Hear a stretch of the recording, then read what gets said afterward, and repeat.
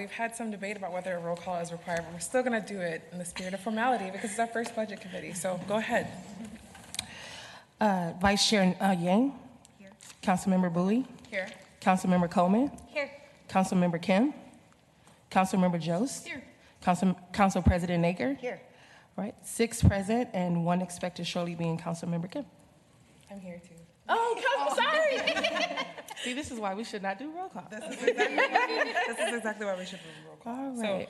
So, Chair Johnson. Here. So one, just really want to say I am very excited to have this be the first budget committee that I have the privilege to chair, along with my vice chair.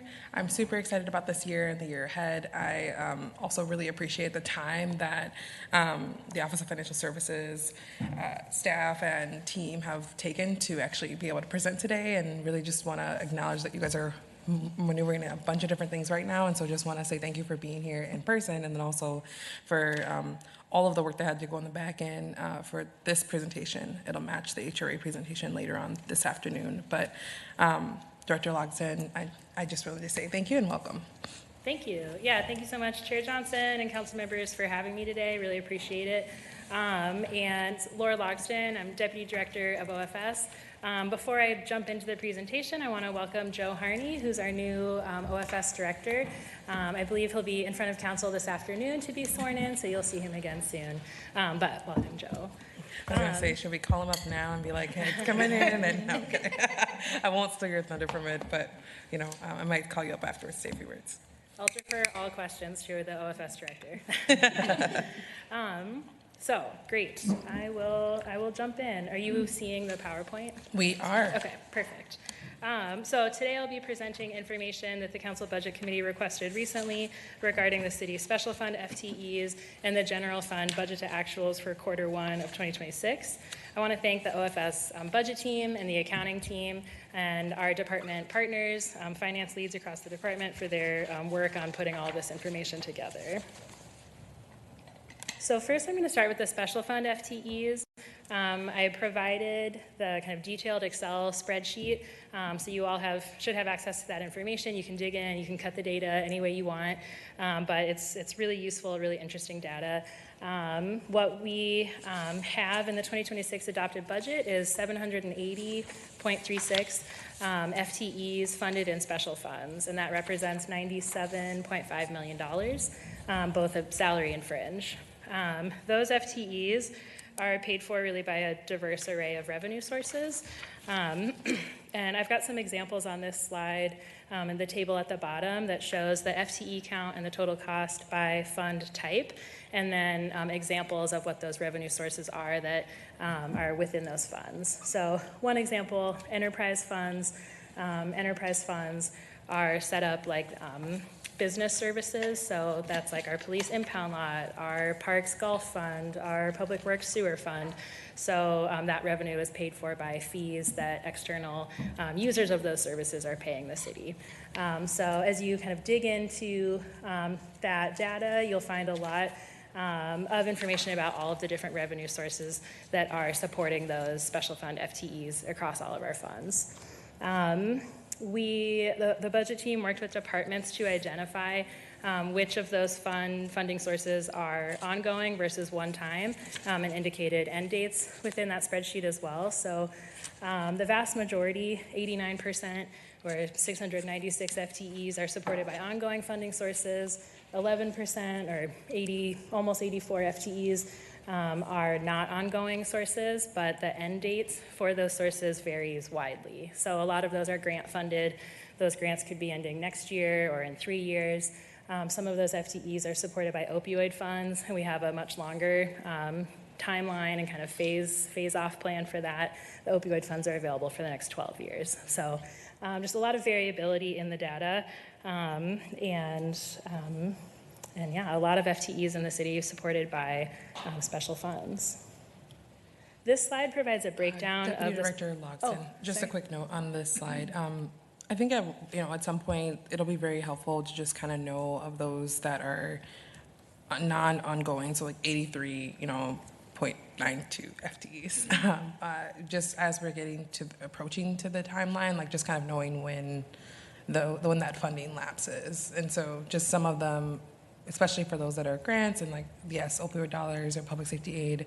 I know that one of the conversations last budget cycle, we were notified that maybe there was funding that we thought we were going to get that we didn't get. And so just in advance of that, it would be really helpful to have that, have kind of like the breakdown of when we're expecting to do that, like when we're expecting for them to roll off of the funding cycle, or if there's any that are kind of at that risk piece again of not being funded for the new year. Sure, Chair Johnson. So the spreadsheet currently has a column that indicates the end date for all of the sources. So it'll say in there the specific year that all of the funding ends. So for like opioid funding, it says, I think, 2038. And so the grants should all indicate the actual end date as well. And then certainly through the budget process, if departments want those positions to continue, if they're intended to be, permanent positions, departments would be like bringing forward budget requests to either, shift those FTEs into other funding sources, requesting general funds. Like departments would need to be bringing that forward in the budget process for sure. That's how we would address it. Okay, thank you. Definitely. So this slide then Council shows. President Naker has a quick question as Sorry. well. Sorry. That's okay. Thank you. Well, I didn't say it would be quick. No, I'm just kidding. Yeah, sorry. It will be quick. That's me saying it will be quick. Just kidding. Very quickly. How has the number of special fund FTEs changed over time? I know generally we've seen FTE growth, and I'm curious if you have a ballpark of those numbers, and if there's been a difference between special fund FTE growth versus general fund FTE growth. Sure, Chair Johnson and Council President Naker, off the top of my head, I can't say, but all of that information is in our annual budget books. So we could definitely pull up, there's a table in each annual budget that shows total FTEs, special fund versus general fund. So we could pull that together really quickly. Thank you. Yeah, definitely. Any other questions? All right. So on this slide, we're still in special fund FTEs for 2026, but this is a breakout by department.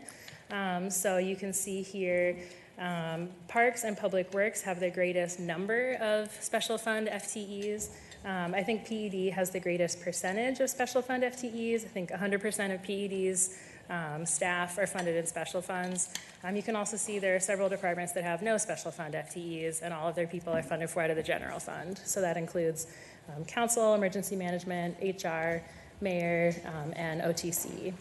On the right, I've also included like kind of a high-level summary of what those FTEs are doing.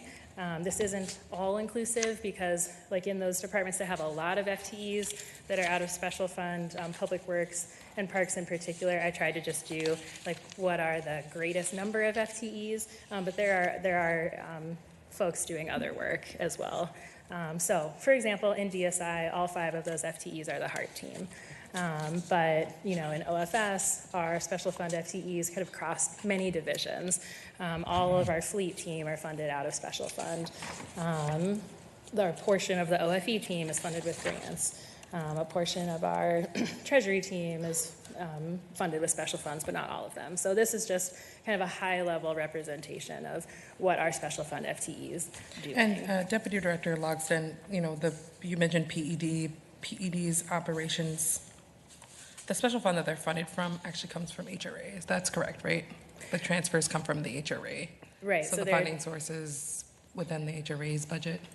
Sorry, could you repeat that? The funding sources within the HRA's budget, or it's like a HRA transfer. Just wanting to, it says of funding sources and such here, and I just wanted to be able to clarify that piece. Yeah, definitely. Thanks, Chair Johnson. So PED FTEs are funded with a variety of sources. Definitely the HRA is the main source.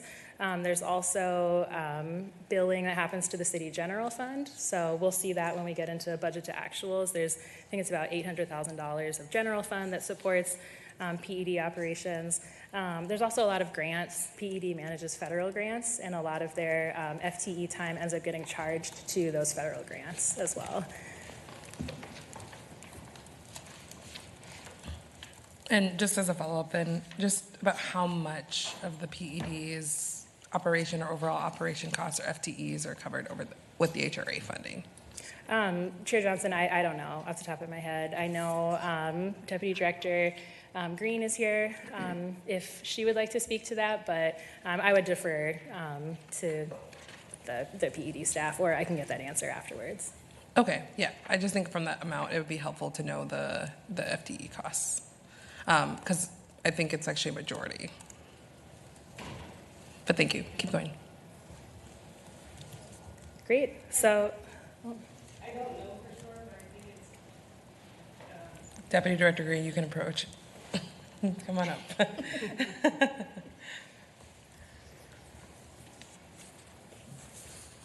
I don't know the exact number. I think, I know we have like 6 to 7 that get a partial reimbursement from HUD. And then outside of that, I believe the number of FTE fully funded, so to speak, although the funding runs across all of the sources, is 60, somewhere in the 60 range. But if you have that, if Brian has that information, or we can parse that information out. Thanks. Thank you. great.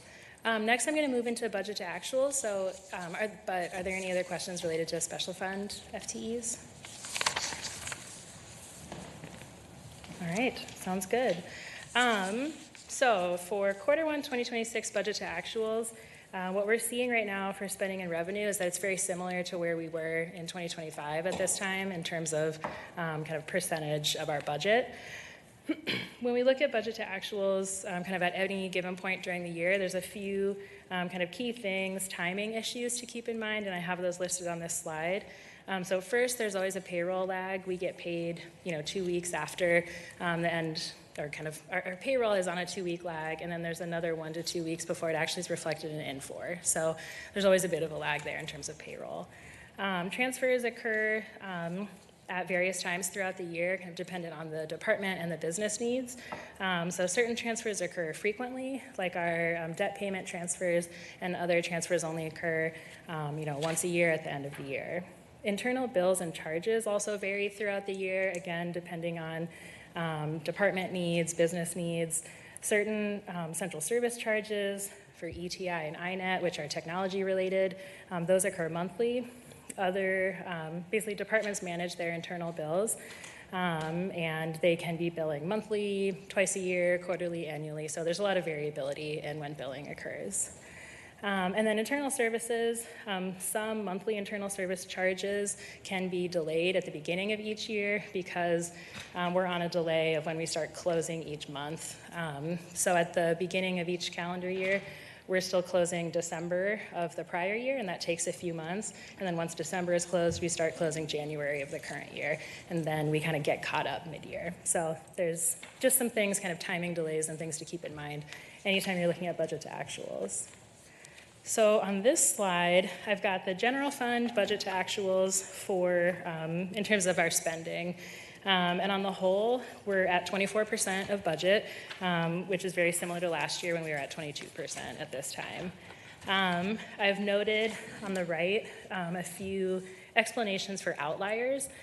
So the first one, emergency management, they've spent 86% of their general fund budget so far. That's only because the vast majority of their general fund budget is a one-time annual payment that we make to Ramsey County for dispatch services. So that's already been made. It's $5.5 million. So the rest of their general fund budget is just for staff, and that's very normal. Excuse me. In the general government accounts, currently, that specific line is a little inflated because all of our indirect costs are sitting in that kind of department right now, and those get allocated out to all the other departments once we start our month-end close process for the year. So the total spend is accurate. It just will be pushed out to all the other departments soon. And then the last one there is the PED. That's what we were just talking about previously. So that $870,000 is an admin fee to support PED, and so the department will be submitting those internal bills according to their practices. Alrighty, and we have 2 questions that I see, Council President Aker and then Councilmember Jost. Thanks, Chair Johnson.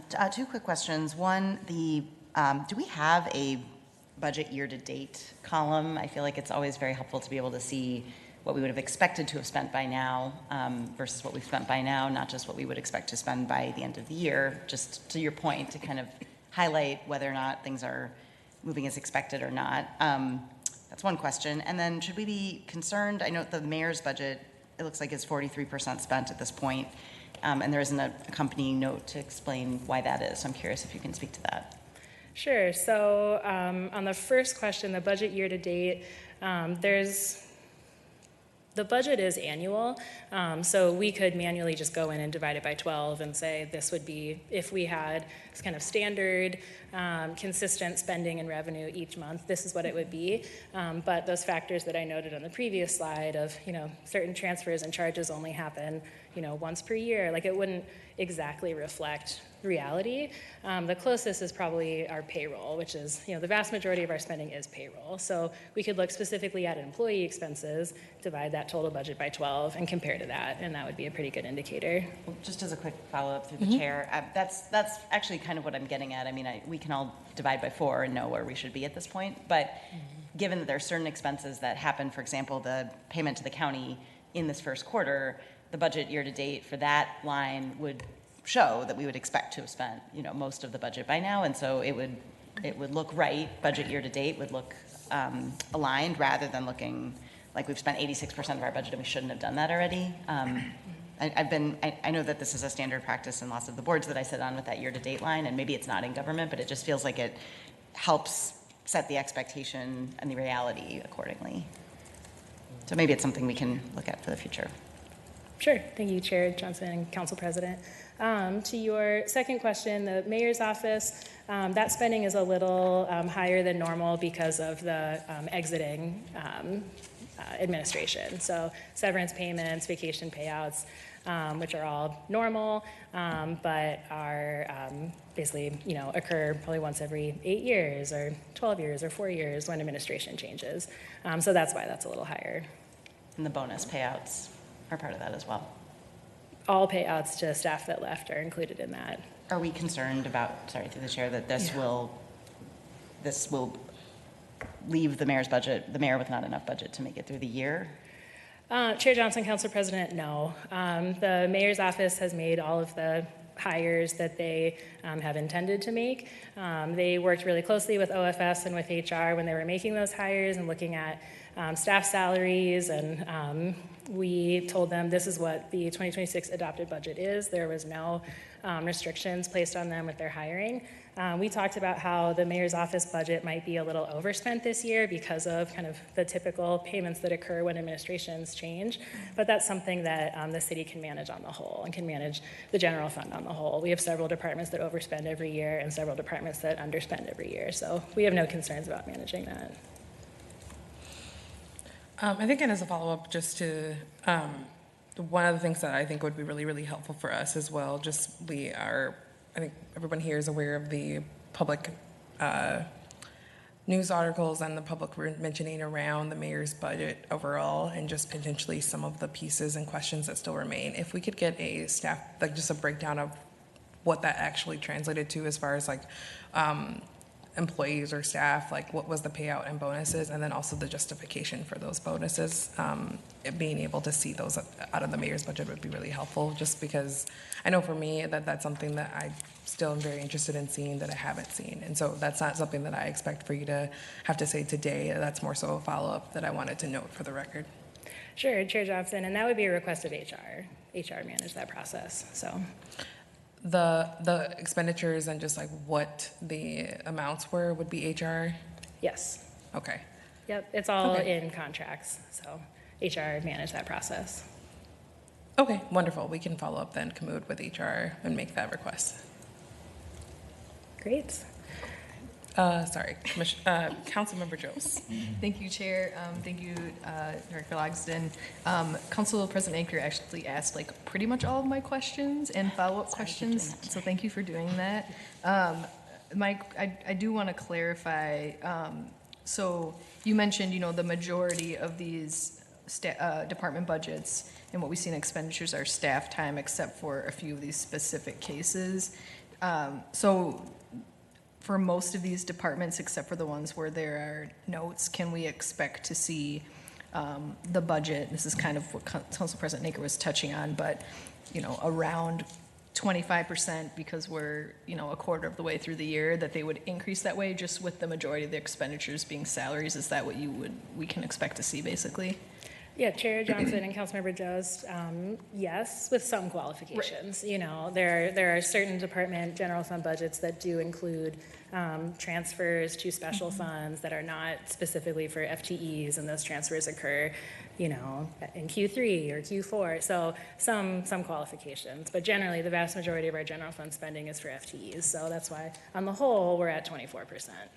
Okay, thanks. And I'll just add, I really appreciate all of this information and everything you just said about some transfers occur in certain quarters. I think as I'm learning more about, you know, the budget and how it actually works and how it's expended throughout the year, just even understanding that's very helpful. So I'm grateful for, you know, all the information being shared today.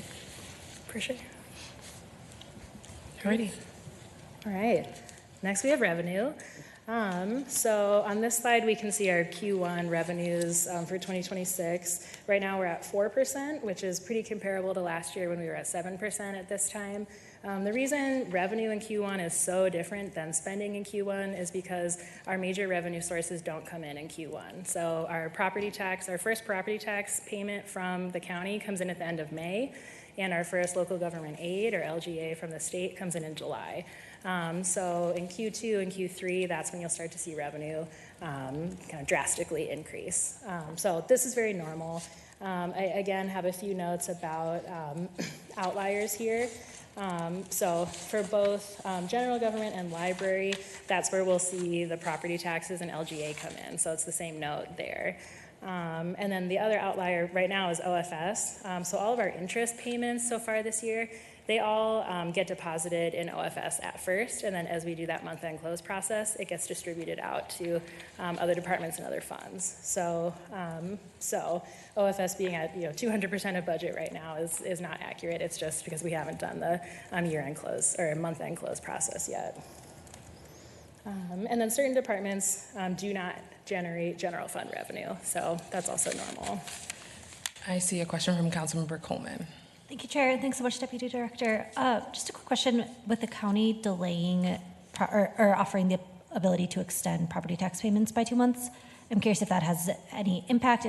I assume we still expect a payment on schedule, but then potentially a second payment. I'm assuming we're fine there, but just want to double check. For sure, Chair Johnson and Councilmember Coleman, yes, we will still be getting a payment from the county at the end of May. They have been sending us updates on that program that they've set up.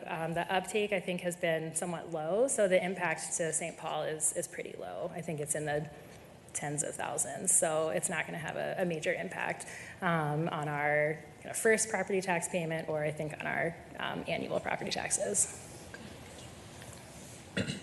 Council President Naker. Thanks, Chair Johnson. Director Logsdon, can you remind us of the sources of the revenue that come into the city attorney's office, the council, and the mayor's office? Sure, I will, Chair Johnson and Council President, I'll do my best off the top of my head, but we can definitely follow up with more specifics. So the city attorney gets some revenue from outside sources that are paying for city attorney services. So they contract with is it PHA, Public Housing, as well as Port Authority. And so those are some sources there. For council and the mayor's office, I'm going to need to follow up. I don't want to give wrong information. Can't Joe just tell us? For sure. Thank you. Yep.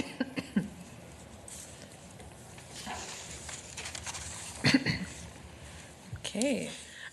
Well, I really appreciate just kind of being able to get a glimpse of this. I know this is our first one, right, of 4 that we will ultimately have for this year and continuing. And so just one of the things that's really important is just that we had to have a starting point. So I think, the feedback that was received, or just the additional columns or additional information that would be helpful, right? Like Deputy Director Logsdon responded to the initial request that came from council of what this would look like. And so we're able to really, expand that, change that as we go forward, especially to get the information that we ultimately are looking to see when we have enough time to do so. So if, and I think it would be curious as well to the OFS team to kind of know, based off of what we've been able to see here, what the feedback is, and if this hits what we're looking at and what we're wanting this conversation to be like moving forward. And so I just want to say, with the questions that were put in front of OFS 2%, this is exactly what myself as chair and what Kamud has communicated. And so just was really happy with seeing just the numbers in hand. It's really digestible.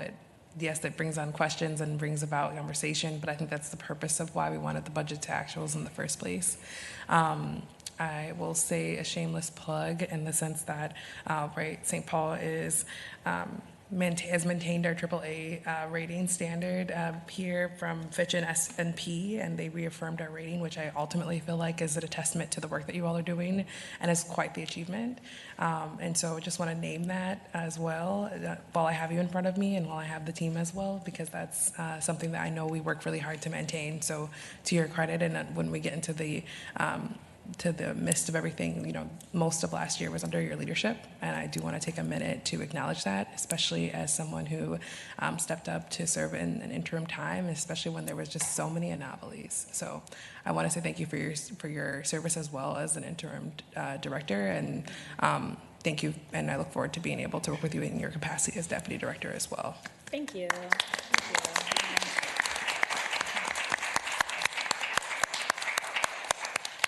Thank you, Chair Johnson. That's super, super generous. We were so pleased with how the presentations went with the rating agencies, and we felt like we had a really great story and strong message to bring of how St. Paul managed through immense challenges last year, but you never really know going in how they're going to view that. And even our most critical rater, which is S&P, was just really impressed and really on our team and really on our side. And so it felt like such a huge testament to the work of our whole team, everybody in the city, decisions that the council made, that the mayor made.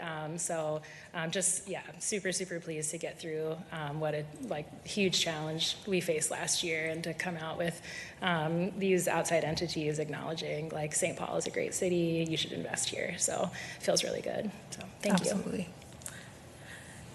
No questions left, but thank you so much for being here and being able to do that. If people have questions as we digest things, Kamud and I and Vice Chair Yang are really asking for folks to kind of be able to, one, yes, you can share them with the OFS, but also you can also share them with us so we can start to compile those, so that way we can get it in one form versus multiple different requests that are coming from council members. So if you do have questions, or you think of something that you are reading, especially through the appendix as well, or the attachment, which I thought was really helpful when it gave you the breakdown and by funding source, don't hesitate to reach out to us as well, so we can hopefully put it all in a list and compile it in one request versus many. Thank you. Thank you.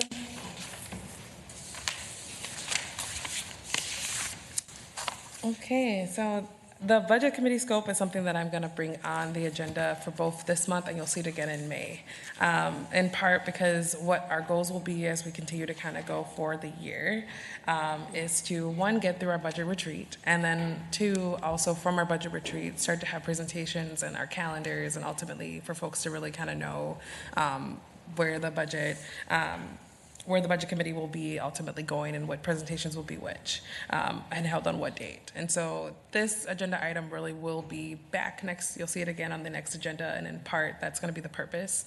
Instead of putting a list of the calendar dates in front of you without the topics to this time, I really just wanted to be able to kind of hold that here versus withdraw, and then also be able to share with council members kind of what to expect moving forward when it comes to budget dates and presentations. So I know that some council members have maybe sent presentation requests last year.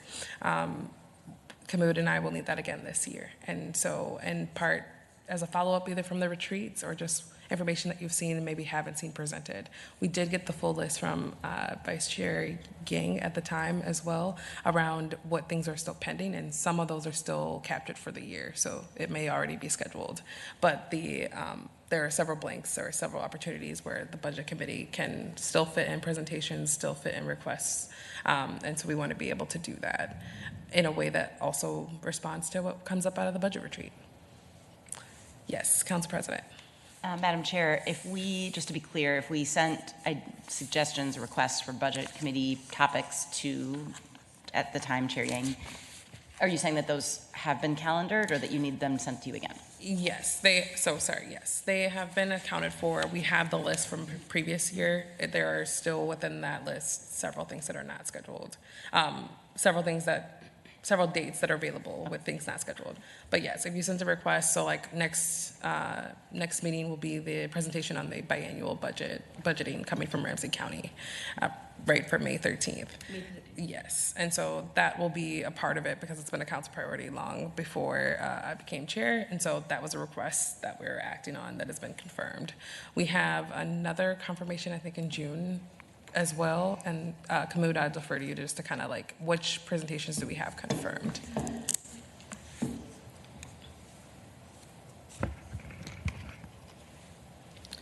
Thank you, Chair Johnson. So for the month of July, we have a presentation confirmed by Dr. Susan Brower. She is the state demographer for the state. She's the chief demographics. She's the chief of the Demographic Center for state of Minnesota. She will be here on July 22nd to present analysis on demographic data. And then Ramsey County is coming on. And Ramsey County is coming on May 13th. They will be doing a presentation on biennium budget approach. Looks like the county is following a biennium budget process, and they will be here to share their perspective on how does that work. Thank you. Thank you. Yes, Councilmember Kim. I'm also wondering then about property tax trends that we usually get from Ramsey County. Is that also, could that be requested at some point as well? It's just interesting to have the demographic information and the property tax trends together. Yep, so one, I'll have to go back through the initial request that was made to the Ramsey County team to make sure that if they can add that, and if not, we'll get it rescheduled. Okay, that sounds good. And a quick follow-up, thank you, Chair. One thing that was discussed, I think, or mentioned multiple times last year when we went through this process was what's the cost of doing business?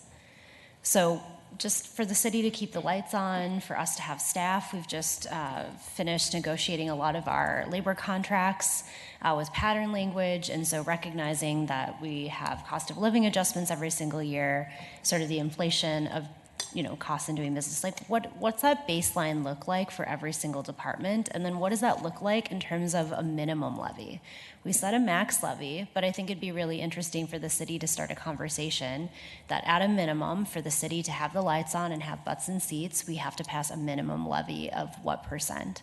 And so for me personally, that's a question that I'm going to be lifting up and hopefully asking. I'll submit those questions to you, Chair Johnson, for the budget process this year. But I'm really interested in that in the way that I think there's an opportunity for us to, I don't want to say like educate the electorate or residents, but just like how do we provide more information that helps them contextualize the vote that we take when we set the max levy? So just sharing with my colleagues, that's one of my goals for this process this year, and looking forward to working with you, Chair Johnson. Understood, Councilmember Kim. Council President, did you have a follow-up? I did, but I don't even know if I raised my hand, so I'm going to yield to Councilmember Jost. Okay, I thought I saw it. It's in my eyes, Maybe I wanted you to raise your hand. Wow. Councilmember Jost.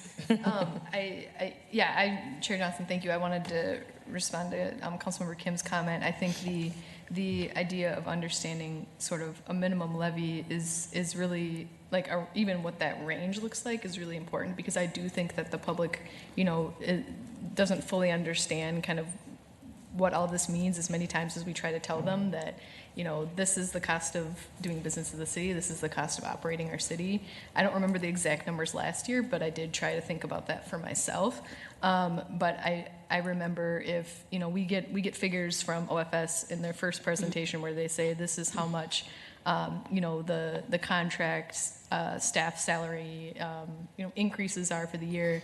And I remember in my head looking at it that if we wanted to just cover those without making any cuts, without doing anything, we would have been looking at a levy of like over 10%, I feel like. And so there were, you know, cuts made, there were money moved around, there were things added, but it's very challenging. And I think that that's something that, you know, our community members don't necessarily fully appreciate, but that usually results in, you know, the mayor last year basically, you know, asking departments to consider a certain cut so that we could bring that number down. Council President Nager. Thanks, Madam Chair. I'm ready. I really appreciate the conversation, and Ms. Kim, how you brought it up multiple times last year as well. And I think what I'm curious about, and that I think we need to identify a little bit more clearly, is because in some ways the cost of doing business is the budget. That is the cost of doing business. I think there's a difference between what would our budget need to be next year if we just kept everything the same and didn't add anything new. Like, that's one number, and I think that is really helpful to communicate to people. Like, this is just what happened to last year's budget because of inflation, because of contracts, whatever. But then sort of I also hear what you're saying, Ms. Kim, this other question, which is different, which is kind of minimum viable product of the city of St. Paul. And you could argue that we're above that right now as a city, but in some ways, I don't know how that's kind of like up to us to determine what should the city be doing. And so I'm curious how you or others would say, like, butts and seats, depending on the program we run, we might need more butts and seats. So how do we define what that minimum viable product is? Yeah. Councilmember Kim. Thank you, Chair. I think just to add to that too, because there's like, yes, and then what's that number? And then with the grants and things that we use to supplement, like alleviating the levy on the tax base, like, it's like, what's the big starting point? I think to Councilmember Joe's point, right? Like, to just do this is higher than the number we would even levy because we have all these additions. But just like, how are we helping work through that number to show kind of like how the beep and bop is made? Because last year we were talking about it, we have a $23 million budget deficit, right? But we never really kind of got to see, well, this helps break it down, this helps break it down, this helps break it down, right? So I'm even thinking about it in terms of like process and also, right, the minimum viable product, and then also recognizing that it's a values document of priorities. And so I think what I'm hearing our council president say in addition to this is, like, as a council, what is our sort of minimum viable product for the city as we establish our budget as well? What are our priorities and what does that budget look like? So really excited for this conversation in general, but just thinking about the ways that we talk about the budget this year, but also kind of show our math to our residents, I think is just interesting and also important. Yeah, 100% agree. Yeah, I really appreciate just kind of like the overall discussion, especially the ones that kind of encourage us to dig deeper as policymakers and folks who have the authority, right, ultimately at the end of the year to set that budget for 2027. I think, you know, especially as we're thinking about what the city should and should not be doing, it is really like what I think around the budget. Especially this year, we have several federal dollars that are rolling off of our revenue source and or, right, special funds that should be in theory expended by the end of the year because their money really originated from ARPA funding. And so there'll be a lot of discussion around what we keep, what we don't keep, and I think that those discussions are what can happen with us as well as in partnership with the mayor's office. And so that very well also might, you know, dictate what things we continue, what things we don't continue, and how much those things cost in order to continue them, especially if they are currently grant funded or currently funded by something other than the levy itself. And so that's going to be really something that we watch this year too, and I think more importantly, just educate ourselves about. That's part of why being able to ask today just for some breakdowns of the employees, like the numbers of employees that we carry on special fund dollars is really important. In the sense that, right, we have 3,000 employees, 700 of them are through special fund dollars and not currently on the levy, not currently in general fund dollars for whatever reason, or, you know, some of them have lifespans of funding for 10 years, others are rolling off this year. And those will be really, you know, the urgency level will operate within the departments themselves too, in trying to find external sources, as well so as whether or not we roll the entire Office of Neighborhood Safety on to the general fund or not. So there's just certain revenue sources that we can outline too, but I think that's where a lot of this information is going to be important to gather as we go along, which is why I'm actually really excited about the continued budget to actuals conversation, but also the reporting that comes with it, because it just helps for better communication with the administration. So. But yeah, so this item will be back. Next month, when we anticipate just having a little bit more of some presentation holds as well, so you guys see the dates and what we're anticipating and who we're bringing forward. I will say that Kamud has already done a phenomenal job of outlining the departments, so we are prepared with the presentation schedule for the budget once the mayor has done her address.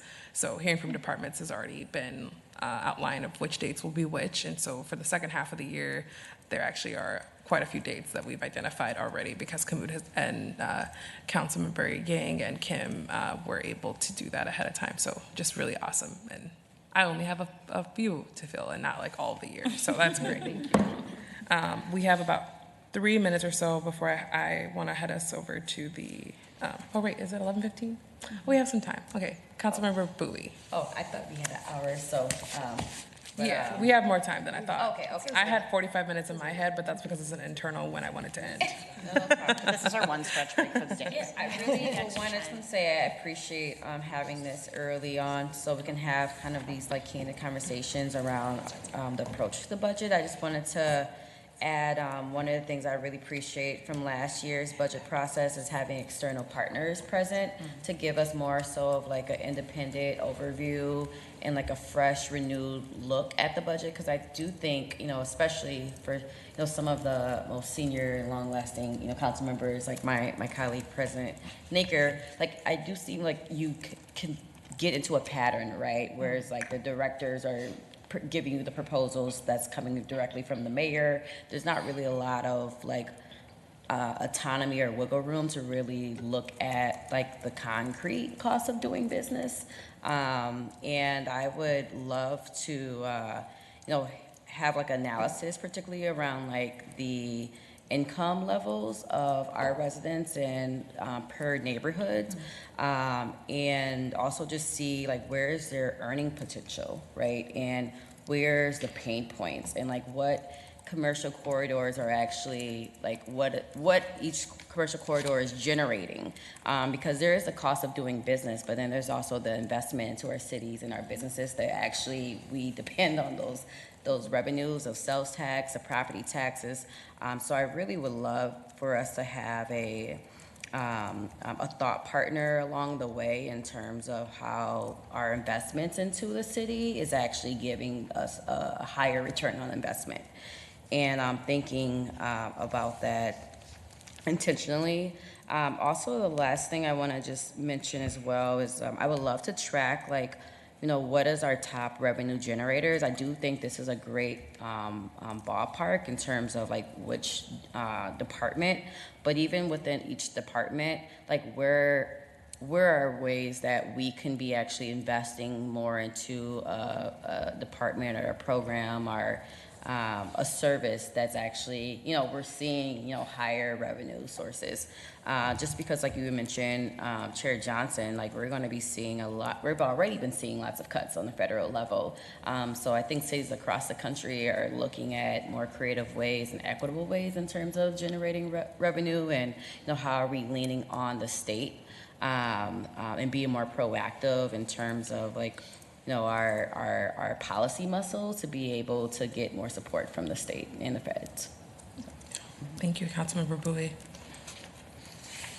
All right. Well, seeing no other hands, I want to say, glad that we got through our first budget committee of the year. So, with that, we are adjourned.